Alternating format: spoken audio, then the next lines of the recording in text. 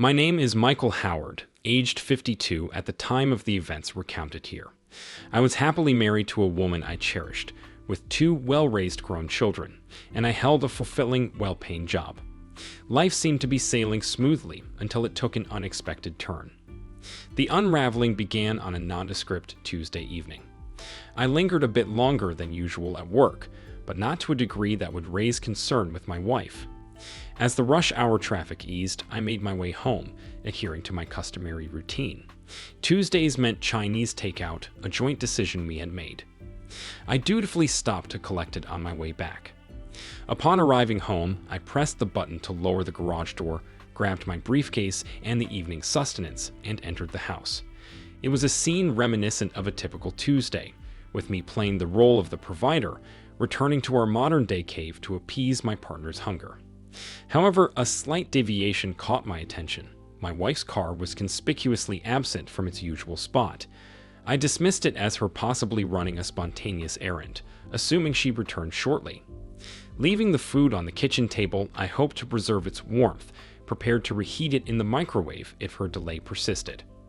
I strolled down the hallway toward the front entrance, then made a turn at the stairs, ascending to our bedroom to change into something more relaxing. This routine was typical for me on a weeknight: return home, slip into comfort, and indulge in a meal. 10 minutes later, I descended the stairs and called out, "Mia? Are you back?" Silence greeted me. Pondering her absence, I mused, where could she have gone? Perhaps she left a message. There was no sense of panic, just a growing curiosity. Entering the living room, my eyes fell upon the coffee table where I found it. It wasn't the note I anticipated, but rather one that I could never have fathomed. It read, "Dear Mike, I regret having to do this, but there's someone who urgently needs me. I received their call today, the kind that demands an immediate response. I'm sorry to leave without warning, and I understand this will be challenging for you. Please believe that my love for you surpasses everything, and I'll be back as soon as possible. I hold our life together dear, and I hope to resume it soon. Please don't worry about me. I'll take care of myself. Your loving wife."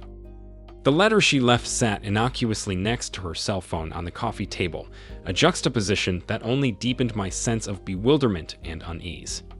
Confusion gripped me as I grappled with the enigmatic contents of her note. Someone who needs her. But who could that be? And why the secrecy?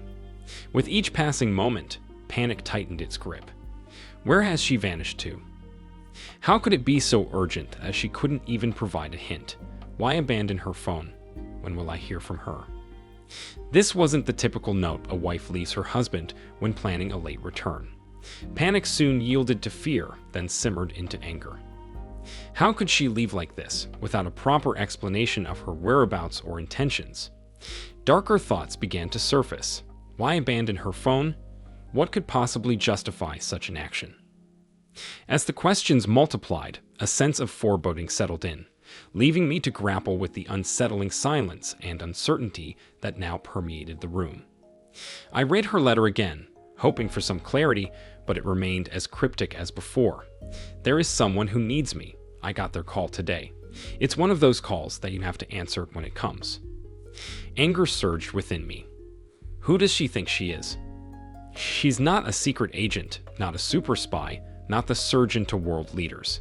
Where could she possibly be? Yet beneath the anger lay a deeper concern. I feared for her safety. I was certain she needed my help wherever she was. I longed to reach out to her, to hear her voice, and reassure myself of her well-being, but I had no means of contacting her. As the evening wore on and dinner grew cold, I found myself stuck in a loop of worry and frustration. Eventually, darkness descended, adding to the weight of uncertainty. It was well past nightfall when I finally made the decision to reach out. I called her sister, our friends, and eventually our children. Yet, no one had any answers, or perhaps they weren't willing to share. My attempts only succeeded in alarming our kids further. I tried to downplay the situation, but my own anxiety betrayed me. I left them with a promise to keep them updated, but deep down, I knew I had only added to their distress. Now, anger mingled with guilt as I blamed her for causing unnecessary worry, even though I had played a part in it myself. I scrutinized the letter once more. I cherish the life we have made together, and I hope to return to it when I can. Those words didn't suggest a swift return. Fear gripped me tighter, and though I tried to convince myself otherwise, I couldn't shake the feeling of dread.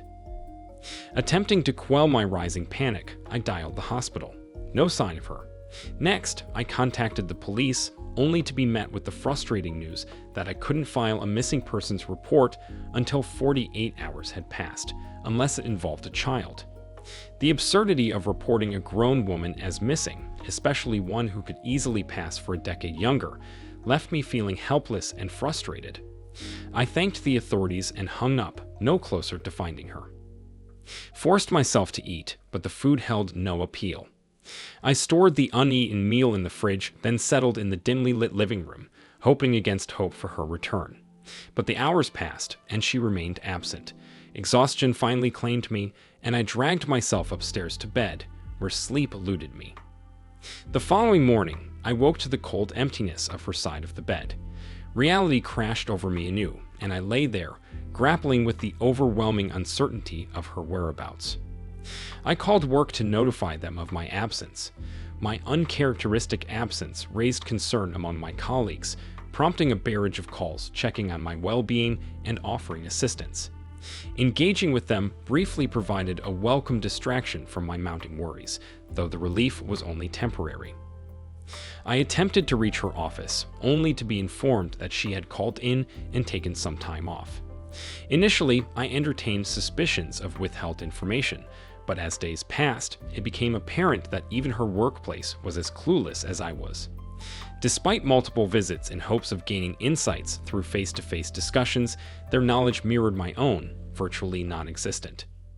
Realizing her absence since Tuesday only on Tuesday night, I adhered to the 48-hour protocol before heading to the police station on Friday morning to file a missing persons report. Presenting her note, I faced inquiries about prior occurrences of such behavior. Though maintaining composure under such stress is advisable, I found myself teetering on the edge. Threatened with charges if I didn't restrain my emotions, I reluctantly settled into a chair, avoiding any perception of being a volatile suspect. Upon completing the paperwork, the officers nonchalantly suggested the cliché scenario of a spouse absconding with a lover, adding insult to injury. Suppressing the urge to lash out, I left with a bitter thanks for nothing as my only retort. The supposed motto of "to protect and serve" felt hollow in that moment. Returning home, I slumped into a chair, feeling the weight of stress bearing down on me, threatening to unravel my composure. With no constructive action to take, I resumed my calls to friends and relatives, making a conscious decision to shield our children from unnecessary worry. However, they beat me to it, reaching out to inquire about their mother's whereabouts. In a heart-wrenching moment, I reassured them with a fabricated confidence, masking the turmoil brewing within me. Deceiving my own flesh and blood felt like a betrayal of the highest order. How does one navigate such a conversation with children whose concerns are entirely justified? As the night progressed into Wednesday, my initial outreach prompted a deluge of incoming calls from concerned loved ones. Initially benign, these inquiries morphed into palpable anxiety by Thursday, with demands for updates on my efforts to locate Mia. By Friday, some calls bore a thinly veiled hint of accusation, hinting at the erosion of goodwill. If the barrage of calls on Friday felt suffocating, Saturday's onslaught of visitors was nearly unbearable. Friends and family descended upon me, initially offering words of solace before probing into uncomfortable territory. Questions about our relationship, potential discord, and Mia's state of mind became a relentless barrage. Yet the final blow came from Mia's own mother, her voice trembling with fear as she dared to ask the unthinkable. "Are you absolutely certain you have no idea where she could be?" I erupted in a fit of anger, a rare occurrence in my relationship with my mother-in-law, Peggy. "What on earth are you insinuating, Peggy? Do you honestly believe I'd fabricate something as serious as this?" "No, Mike, of course not. It's just..." Her voice trailed off, leaving a tense silence hanging in the air. "For heaven's sake, Peggy, just say it," I demanded. Meeting my gaze with a look that seared into my memory, Peggy uttered words that pierced through me. It's just that she's never behaved like this before. Suppressing my rage and sorrow, I buried my emotions beneath a facade of calmness. Do you think I'm unaware of that? I responded evenly. Peggy trembled visibly, her husband attempting to diffuse the tension. Mike, we understand you're doing everything you can. Can you please share what you do know? Perhaps we can brainstorm together. I acquiesced with a nod, and we sat in solemn silence as I recounted the scant information I possessed, primarily emphasizing the absence of concrete leads. Sharing Mia's farewell letter only deepened our collective confusion and concern. As accusations dissolved into shared anguish, we spent an agonizing hour grappling with the inexplicable void left by Mia's sudden disappearance, yet found ourselves grasping at straws, devoid of any semblance of an explanation. Thomas and Peggy graciously lingered into the afternoon as I busied myself preparing a modest lunch, anticipating a quiet gathering among the three of us. However, our home became an impromptu hub of activity, with a continuous stream of well-meaning friends arriving at our doorstep, bearing trays of food and cases of beer. Each visitor sought answers, eager to understand what had transpired and what information I possessed. Eventually, I grew weary of recounting the events, and it was then that Peggy and Thomas intervened. To Peggy's credit, she abandoned any hint of blame, offering instead unwavering support and commendation for my concerns as a husband. Though I knew doubt lingered in the minds of many, their outward display of solidarity provided a much-needed sense of reassurance. I was emotionally drained as sympathetic acquaintances took turns expressing their solidarity and worry. I urged them to reach out to the authorities if any recollections surfaced that could aid in the search, yet privately harbored suspicions that someone held information they weren't divulging. I silently hoped that any pertinent details would eventually find their way to the authorities, even if I remained ignorant of them. However, for weeks, it seemed as though the investigation stagnated, with no significant developments. Then, exactly 2 weeks later, there was a minor breakthrough. The police had added my wife's car details to their list of potentially stolen vehicles. Whenever I voiced my wish for her car's discovery, accompanied by the hope it might lead to her whereabouts, I noticed subtle exchanges of skepticism among those present. I understood their unspoken doubts.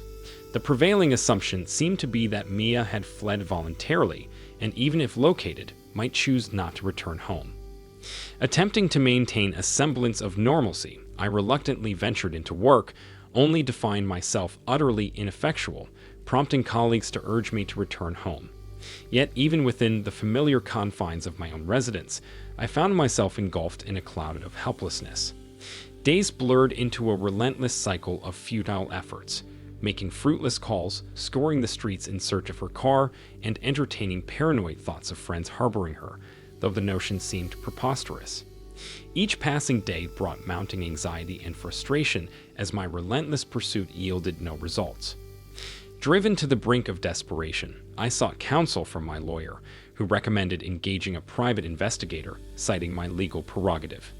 While the authorities begrudgingly acknowledged this right, their disapproval was palpable, cautioning against potential interference with their official proceedings. Faced with their admission of having no substantive leads, I bluntly reminded them that the addition of a private investigator wouldn't impede their existing fruitless efforts. Though they bristled at my candor, they conceded to my decision. However, the private investigator's findings mirrored the police's, a disheartening void of information. As the weeks dragged on, my routine remained unchanged: incessant calls, aimless drives, and vigilant monitoring of news updates. Yet a glimmer of hope emerged when, 2 weeks into Mia's disappearance, I uncovered a withdrawal from an ATM located 200 miles away. Hastily alerting the authorities reignited their scrutiny, prompting the arrival of detectives at my doorstep, ushering in a resurgence of suspicion and uncertainty. With a simmering sense of indignation boiling beneath the surface, I finally mustered the composure to confront them directly. No, I did not venture to that town and utilize that ATM, I asserted, my voice tinged with a controlled fury that bordered on explosive. I've been here in this town every moment. While you sit idle, I've been tirelessly searching, calling, and doing far more than any of you. Now that you have a lead, get off your lethargic backsides and pursue it. Their evident disdain for me was palpable, but I remained resolute in my determination, utterly indifferent to their opinions. After a protracted half-hour of exchanged assurances and tacit insinuations, they begrudgingly departed. To their merit, they promptly notified the authorities in the town where the ATM transaction occurred, catalyzing a breakthrough. 2 days later, a pivotal discovery ensued when Mia's car was located in a hospital parking lot. The local police reached out to me with a directive: "Don't intervene, let us handle this." My response was unequivocal: "Like hell." I retorted, my resolve unyielding. Setting out on a 3-hour journey, I arrived at the hospital parking lot, my nerves taut with anticipation. The minutes stretched into an agonizing eternity. As I scored the lot, my senses heightened. Amidst the sea of vehicles, I discerned 2 individuals in suits, unmistakably law enforcement. Approaching them with a firm resolve, I demanded verification of their authority. "Show me your badges," I commanded, holding steadfast. Though met with evident displeasure, they complied with my request.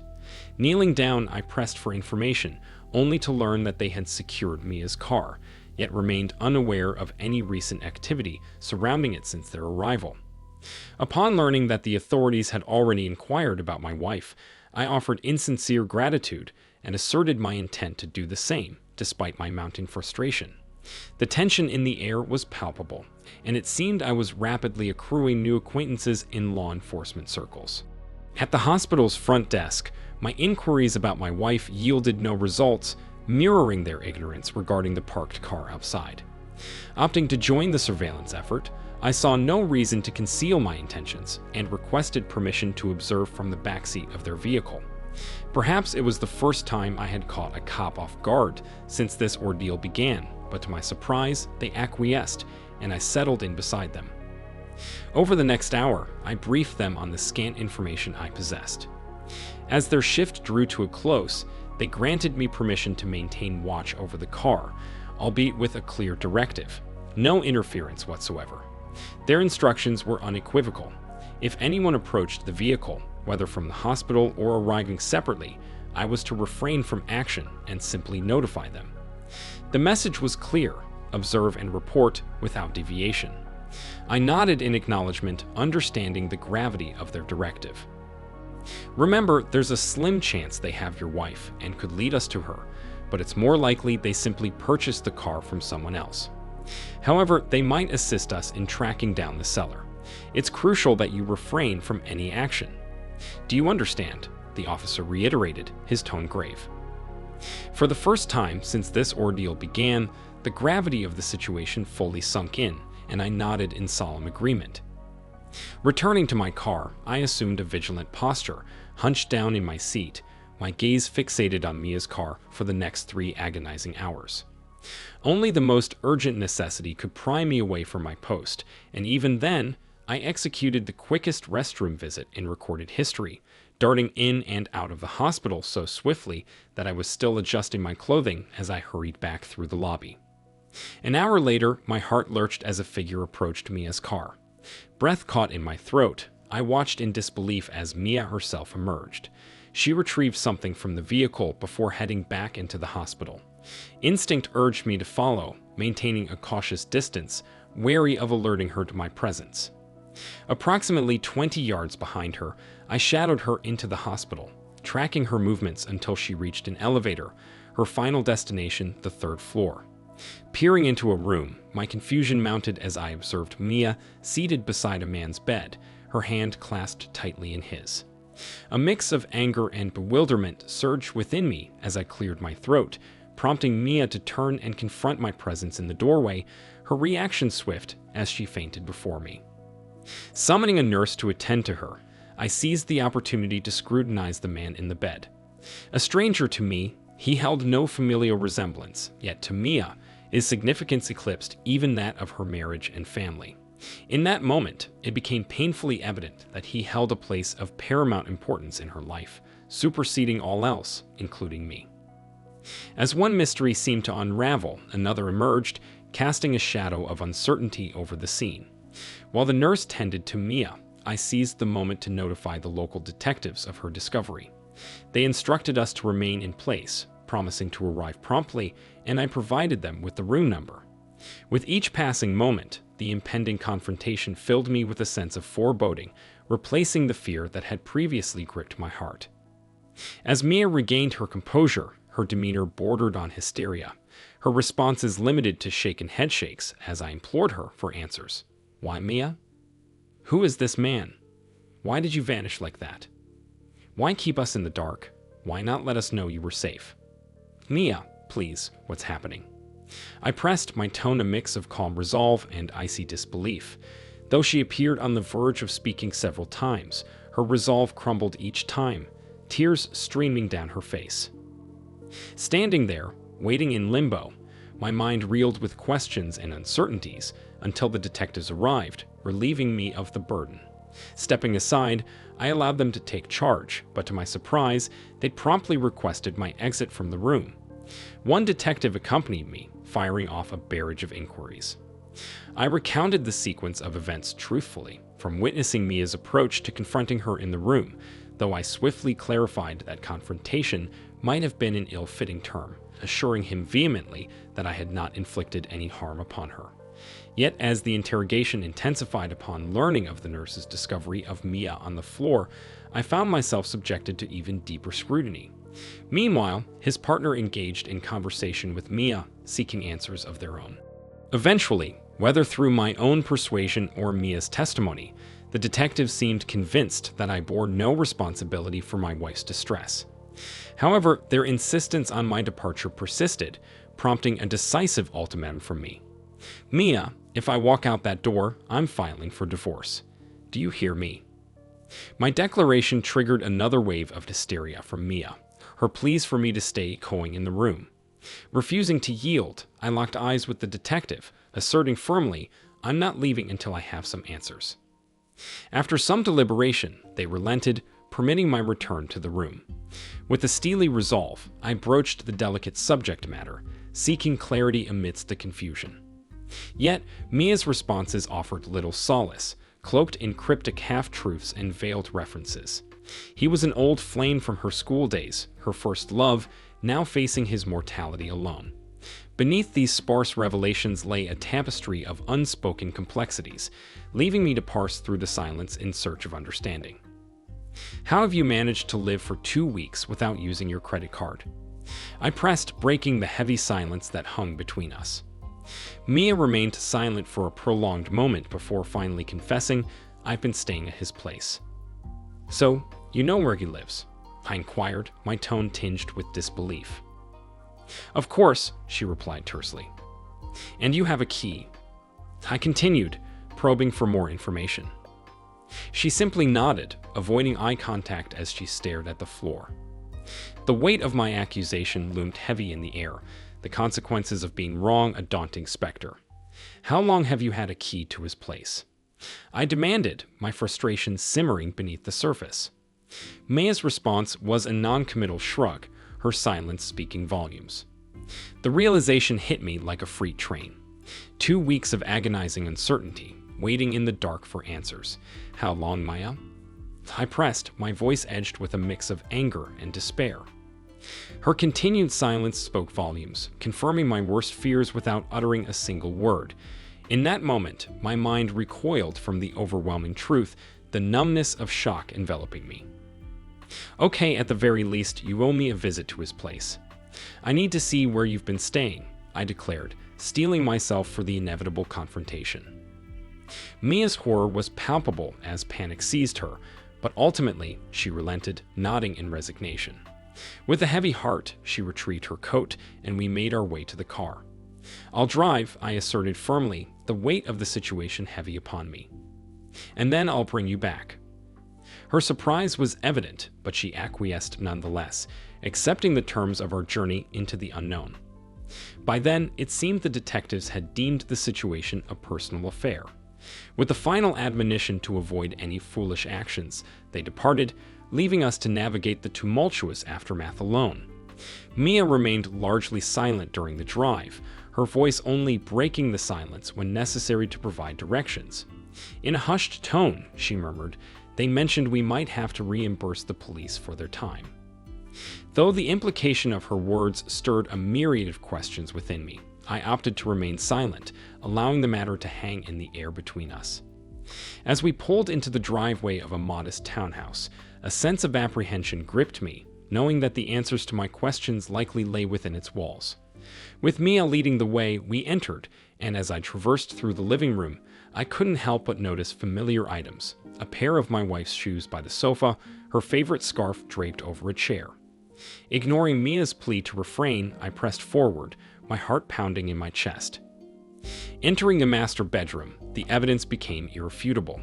Mia's belongings littered the room, her clothes strewn across the unmade bed and chair, her makeup adorning the dresser.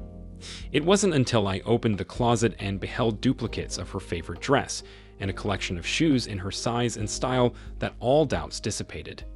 These were not items hastily packed for a trip. They were possessions meticulously kept here. With a sinking feeling in my gut, I realized that if I were to delve further into the drawers, I would undoubtedly find her intimate apparel. The room exuded an atmosphere not of everyday habitation, but rather of rendezvous, reserved for fleeting moments of shared intimacy and the warmth of entwined bodies after a night of dinner, dancing, and clandestine liaisons. Retreating to the living room, I found Mia perched on the edge of a chair, her gaze fixed upon the floor in silent contemplation. "So, is there anything you need to tell me?" I queried, my voice heavy with resignation. She shook her head slowly, her silence speaking volumes. "How long, Mia?" "It's evident this isn't a platonic relationship. How long?" I pressed, my frustration mounting as she shrugged, feigning ignorance despite her obvious awareness. "And who is he to you?" I probed further, steeling myself for her response. After a prolonged silence, she confessed in a feeble voice, "He was my first. We were together when we were in school." I debated whether she referred to high school or college, ultimately concluding that the distinction mattered little in the grand scheme of betrayal. "How long have you been seeing him behind my back?" I demanded, a mixture of anger and anguish seeping into my tone. Her reaction was visceral, a sudden jerk of her head betraying her reluctance to confront the truth. "We reconnected about 7 years ago," she admitted, her voice trailing off as she recalled the gradual progression from innocent lunches to clandestine rendezvous. "Before you slept together." I interjected, forcing her to confront the harsh reality. She nodded slowly, confirming my worst suspicions. "So you've been cheating on me for 6 years? How do you manage it? Does he come here? Do you go to his place?" I fired off, my bitterness palpable. Her immediate response was defensive, her head snapping up as she vehemently denied any encroachment upon our shared space. "I've never brought him back to our home. I swear it. I wouldn't do that to you," she insisted, her anger palpable. I nodded, a cruel satisfaction settling over me. "So you'll betray me, but you draw the line at bringing him into our house. How noble," I remarked, the sting of betrayal searing through me. Though her fury was evident, she couldn't refute any of it. Following a lengthy silence, Mia uttered the words that every betrayed spouse dreads to hear. "I never stopped loving you. He never took anything from you. I swear it. It was just a few nights every year, and you had me forever." It was a line straight from the cheater's playbook, a feeble attempt to justify her infidelity. Yet, despite recognizing the futility of arguing, I couldn't suppress the need to confront her deceit. "He took at least some of the love you said you had for me," I countered bitterly. "You kept a part of your heart for him. Because of him, you lied to me repeatedly. You took vows with me, but you gave him a part of yourself that you said was only for me. Don't tell me he never took anything from me. He took it all, even if you don't think so." Mia wept, and I stood there in silent resignation, knowing that our relationship had been irreparably shattered. The urge to lash out, to seek vengeance, briefly flickered within me, but I quelled it with a heavy sigh. There was no point. He wasn't coming home. "Come on, Mia. I'll take you back to your lover's bedside," I announced wearily, my voice devoid of emotion.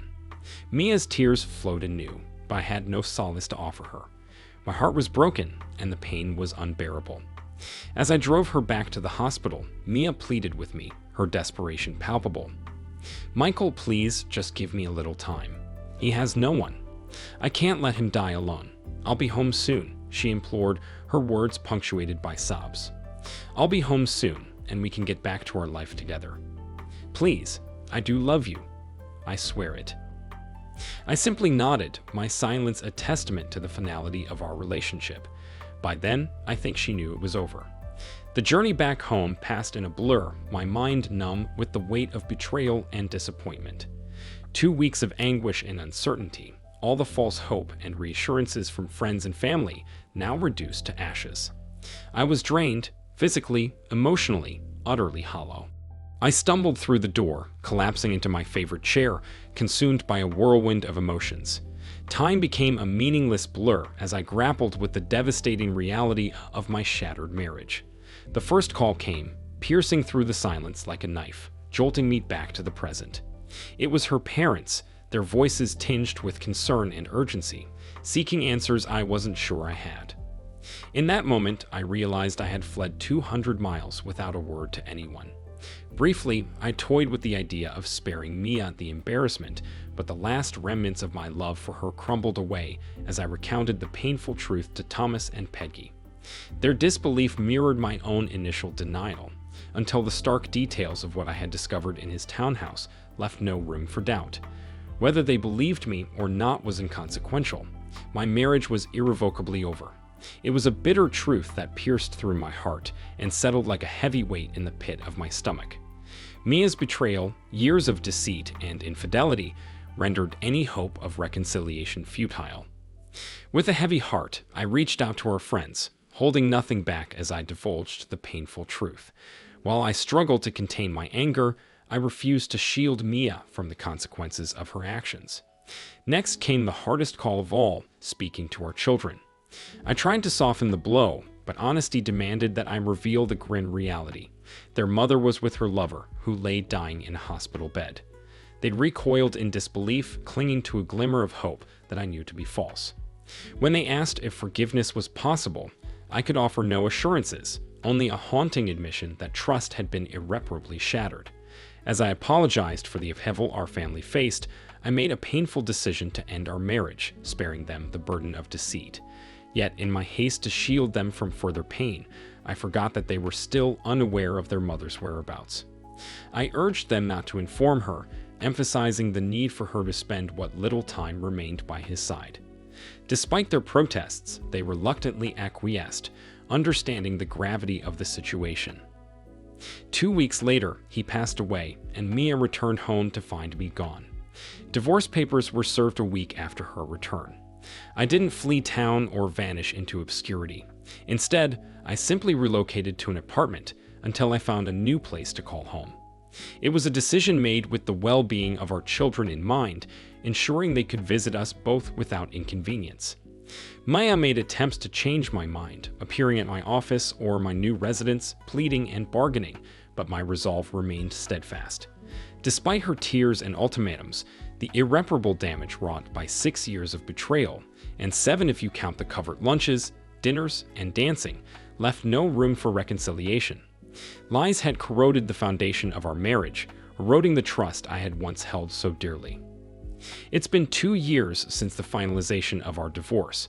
I don't pry, but our children inform me that Mia's existence has become routine, work, and home, with no semblance of a social life. It pains me to witness her suffering, but I am powerless to offer solace. As for myself, the wounds have yet to fully heal, though the passage of time has dulled the sharp edges of pain. While I haven't ventured into the realm of dating, I find myself noticing other women, signaling the slow reawakening of my romantic inclinations. However, trust remains a distant prospect, particularly outside the confines of professional interactions. The reasons behind Mia's betrayal elude me, and I doubt I'll ever glean insight in her motivations or rationalizations. Perhaps I could seek answers, but what purpose would it serve? Her actions were her own, and she evidently found a way to reconcile them with her conscience at the time. There's something I've never disclosed to anyone before. I never learned his name.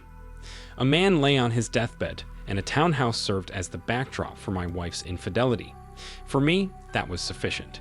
Revenge was futile in the face of mortality, and forgiveness proved elusive for a spouse who had breached the bonds of trust so egregiously.